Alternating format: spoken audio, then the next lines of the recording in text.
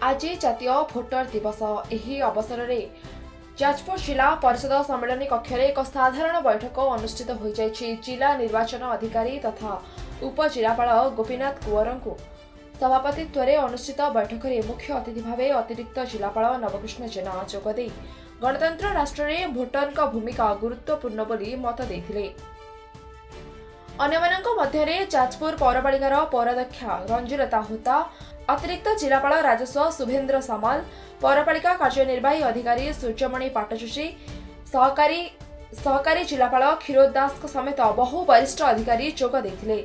एही अवसर में बहु बूथ लेवल अधिकारी को संबर्धित करा बेले पूर्वर अनुष्ठित विभिन्न प्रतियोगितार कृति प्रतियोगी को पुरस्कृत करा। एही अवसर में एक भोटर सचेतनता शोभायात्रार उपस्थित अतिथि माने उद्घाटित करथिले। एही सचेतनता शोभायात्रा जाजपुर शहर परिक्रमा करी भोटर मानकु सचेतन कराइथिले।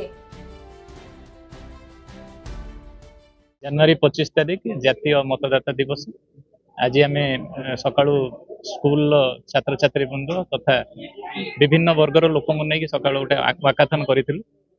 परवर्ती मुहूर्त आमर जो डीआरडीए सम्मेलन गृह आम गोटे साधारण सभा अनुष्ठित होता। ये साधारण सभा आम जो विभिन्न पंचायत समिति तथा म्युनिसिपालिटी बीएलओ थे बूथ स्तरीय अधिकारी थे से आम जो विगत समरी रिविजन पीरियड रे तांकर जो कार्यधारा थिला भोटर लिस्ट बा इलेक्टोरल रोल प्यूरिफिकेशन करने से बीएलओ अधिकारी मानक मध्य एवं बीएलओ सुपरवाइजर मध्य जो मैंने श्रेष्ठत्व प्रदर्शन करते आज पुरस्कृत करूँ।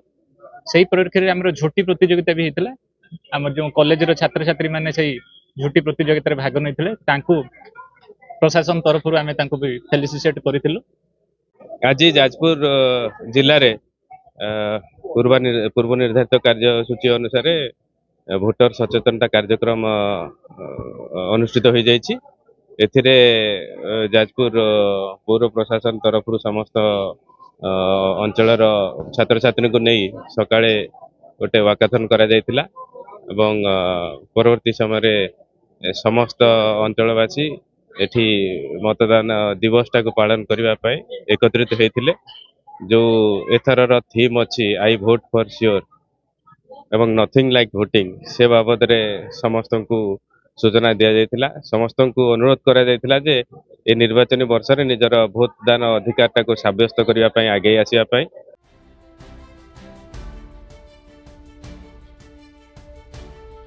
जाजपुर विभुता पृष्ठी रिपोर्ट सनस्टार टीवी।